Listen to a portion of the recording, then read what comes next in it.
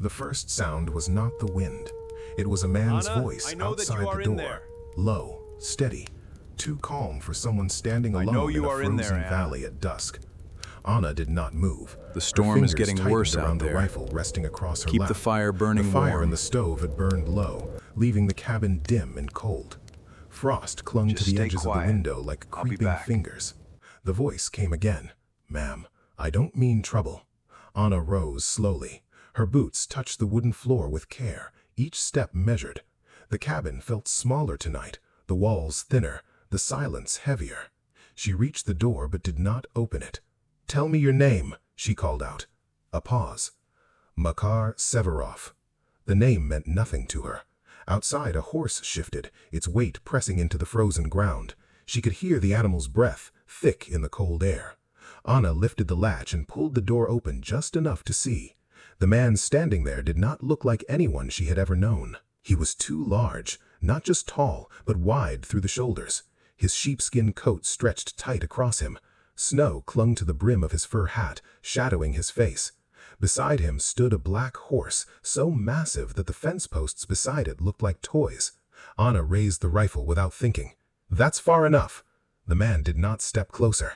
He raised both hands slowly, palms open. "I was told this was the Voronin place." Anna swallowed. "It is. I came about the cattle."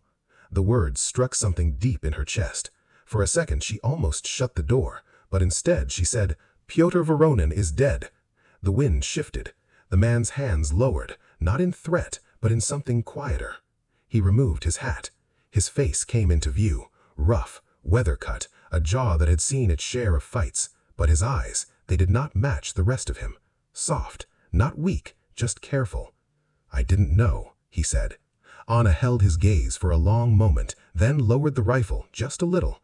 "What do you want with the cattle?" "To buy them." She almost laughed. It would have come out wrong, so she held it back.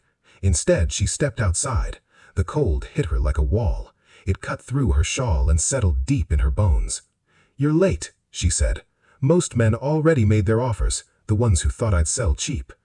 "And did you?" "No." Something shifted in his expression. Not surprise, something closer to respect.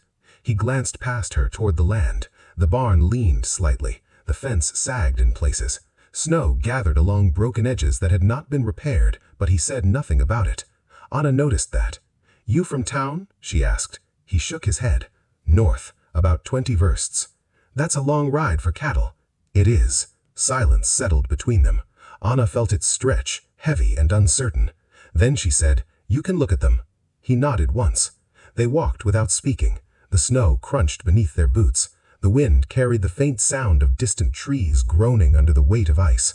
Anna walked ahead, quick, almost restless. She knew what he saw: the broken fence, the worn paths, the small signs that things had started to slip. She had fought it every day. Some days she won, some days she didn't. They reached the pasture.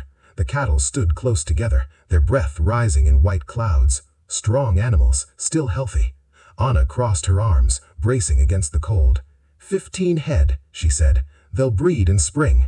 Makar stepped forward. He studied them in silence, his eyes moving slow, deliberate, not rushing, not judging. When he spoke, his voice stayed low. "They're good." Anna looked at him. "You can tell that from a glance?" "I can tell from how they stand." That answer stayed with Anna. He turned back toward her. "You've been handling this alone?" "Yes." "For how long?" 6 months. He nodded once.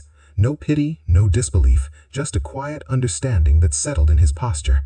"That's a long time," he said. Anna lifted her chin. "I didn't have much choice." He held her gaze for a second longer than expected, then said, "I'll make an offer." And he named a price. Anna blinked. It was higher than she expected, higher than any man had offered. "You're serious?" "Yes." She searched his face, looking for something hidden, a trick, a weakness. She found neither. "Why?" she asked. "They're worth it." "That's not what I meant." A pause, then, "Because you kept them that way." The words landed differently than she expected. Anna looked away. The wind picked up, lifting strands of her hair across her face. She pushed them back. "If I agree," she said, "you won't move them until spring." "I won't. And you'll pay half now." "I will." A moment of decision.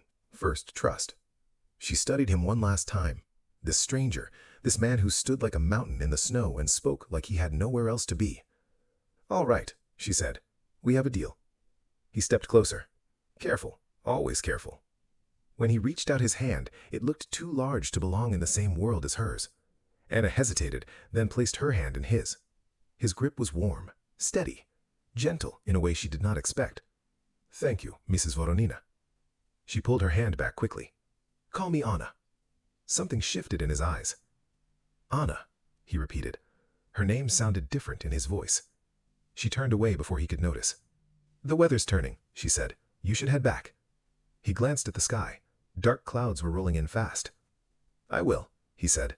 He stepped toward his horse, then paused. "You got enough wood fire?" Anna stiffened. "I'll manage." He studied the small woodpile beside the cabin, then looked back at her. Without a word, he walked past her, picked up the splitting axe, and set a log in place. The first strike split it clean in two. Anna opened her mouth to protest, but the words didn't come.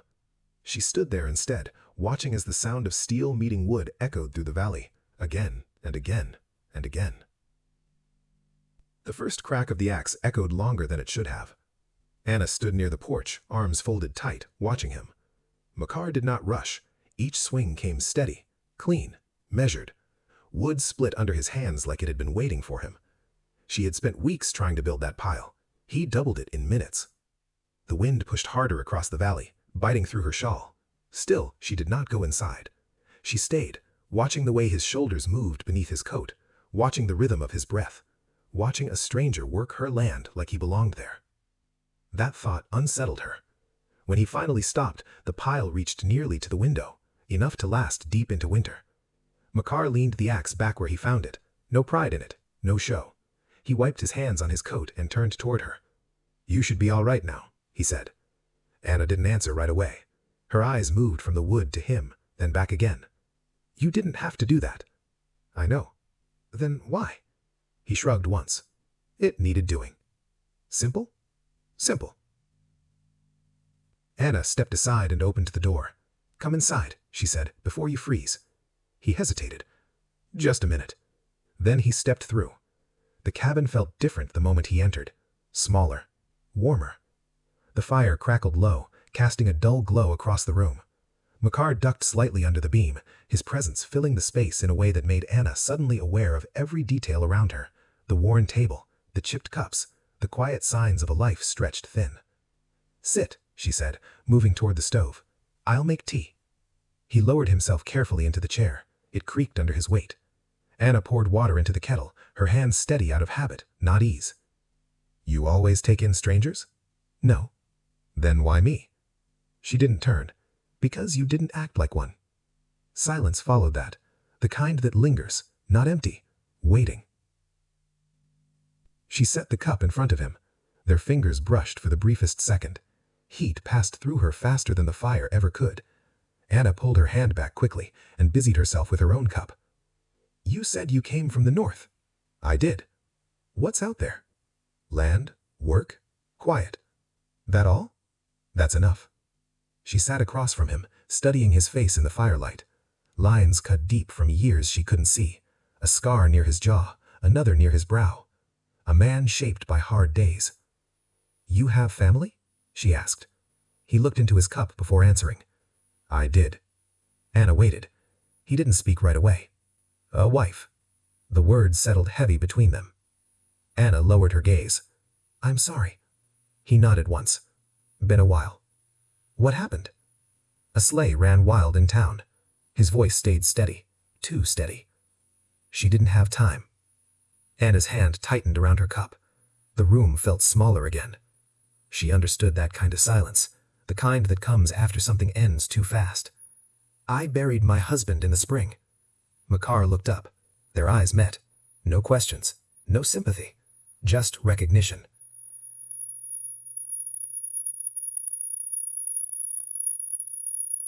The wind rattled the walls. The fire snapped. For a moment, neither of them spoke. Then Makar leaned back slightly. "You're still here," he observed. Anna let out a small breath through her nose. "Didn't have anywhere else worth going." "That's not why." She frowned. "What do you mean?" You stayed because you wanted to. Anna shook her head. You can't know that. I know what it looks like when someone walks away. His eyes stayed on hers. You didn't. Something tightened in her chest. She looked down, tracing the rim of her cup with her thumb. I thought about it, she said quietly. Every day. But you didn't go. No. Why? Anna lifted her head slowly. Her voice came softer than before. Because if I left, then everything we tried to build here would mean nothing. Makar nodded once. That answer was enough. The fire burned lower. The light shifted across his face. You shouldn't be doing this alone, he said. I am doing it. That's not the same thing. She leaned forward slightly. And what would you have me do? Run back to the city? Let someone else decide what happens to my land? No. Then what? Makar held her gaze. Let someone stand beside you. The words sat between them, unmoved. Anna felt something stir. Something she hadn't let surface in months. She stood up abruptly. I've managed this long, and you'll keep managing, he said calmly, but it doesn't mean you have to. She turned toward the window. Snow had started falling, soft at first, then heavier, covering tracks, quieting everything. Makar, she said. It felt strange using his name, like stepping into something she didn't fully understand. You should go, she added. The storm's coming. He didn't argue. He stood, pulling his coat back on. For a second, he lingered near the door, as if something was left unsaid. Anna stayed where she was, didn't turn around. Anna. She closed her eyes. Yes, I'll be back. Her breath caught before she could stop it. For the cattle? She asked. A pause. For them. And more. She turned then. Too late. He had already stepped out into the snow. The door shut behind him with a dull thud. Anna stood alone in the quiet cabin. The fire flickered. The wind rose, and somewhere beyond the storm, a man who had no reason to return had just promised that he would. Wait, before we move on, what do you think about the story so far? Drop your thoughts in the comments. I'm really curious to know. The storm did not pass. It stayed. For 3 days, the wind clawed at the cabin like it wanted in. Snow piled high against the walls, burying the path, swallowing the fence, erasing every sign that the world existed beyond the door. Anna worked without stopping. Fire, water, feed, repeat. Her hands cracked, her breath burned. Sleep came in short pieces, never enough. On the second night, the well froze. She stood over the pump handle, striking it with numb hands, listening to the hollow sound echo back at her. Nothing. The bucket by the door sat empty. Anna stared at it for a long time. Then she grabbed her coat and stepped into the storm. The cold hit like a blade. She pulled her shawl tight and forced her way toward the creek, each step sinking deep into snow that reached her knees. The world had gone silent, except for the wind. No birds, no distant sounds, just white. She broke the ice with a rock, filled the bucket, turned back. Halfway to the cabin, her foot slipped. The bucket spilled. Water vanished into the snow. Anna stood there, breathing hard, staring at nothing. Then she bent down, picked it up, and went back again. By the time she reached the cabin, her fingers would not close. She forced them open one by one, set the bucket inside, closed the door, leaned against it. Her body shook, not from the cold, from the weight of it all pressing down at once.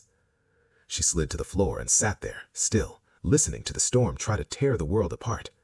And through it, a sound broke, distant, faint. Hoofbeats. Anna's head lifted slowly. She didn't move at first. Then the sound came again, closer. Her heart began to pound. She pushed herself up and reached for the rifle. The door rattled under a hard knock. Anna! His voice. She froze for a breath, then opened the door.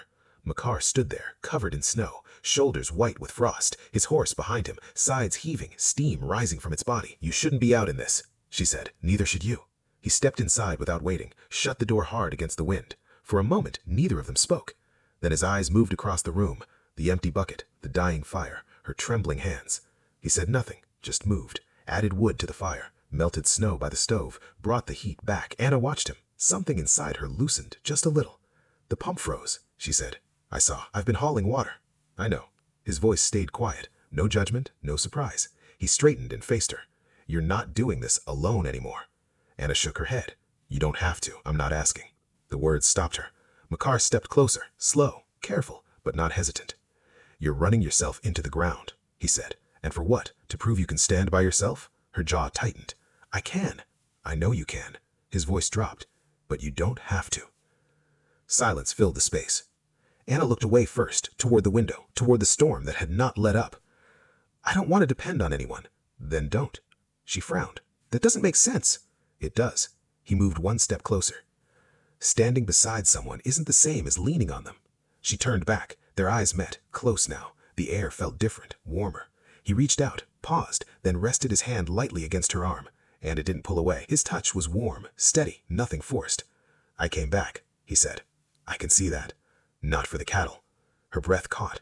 "For you." The words landed heavy, real, no room to hide from them. Anna swallowed. "You don't even know me." "I know enough." "That's not how this works." "It is for me." His hand tightened just slightly, not to hold her, just to stay. "You were standing alone when I found you," he said. "I've been there." She searched his face, looking for doubt. There was none, only something steady, something she hadn't seen directed at her in a long time. "You think I need saving?" "No." "Then what?" He held her gaze. "I think you deserve someone who stays." The room went quiet again. The storm faded into the background. Anna felt something shift inside her chest, not sharp, not sudden, but real. She stepped closer, just enough that she could feel the heat from him. "You don't scare easy, do you?" she asked. A faint smile touched his face. No, she looked up at him, at the size of him, the strength, the quiet control. "Good," she said softly, "because I don't either." His hand moved, slow, careful, to her cheek. Rough fingers, gentle touch. Anna closed her eyes, for a second, just one. When she opened them, he was still there, not moving away, not rushing forward. Waiting, always waiting. She took the last step, bridged the space, her palm pressed against his chest, solid, warm, alive. "Stay," she said, not loud, but clear. Makar didn't answer with words. He pulled her into him, one arm around her back, the other steady at her shoulder, holding, not tight, just enough. Anna pressed her face against his coat. She listened to the slow beat beneath it. Outside, the storm kept raging, but inside the cabin, something had shifted, something that wasn't going back. The fire burned stronger, the walls held, and for the first time since winter began, Anna did not feel alone. If this story stayed with you, leave a like and subscribe for more stories like this.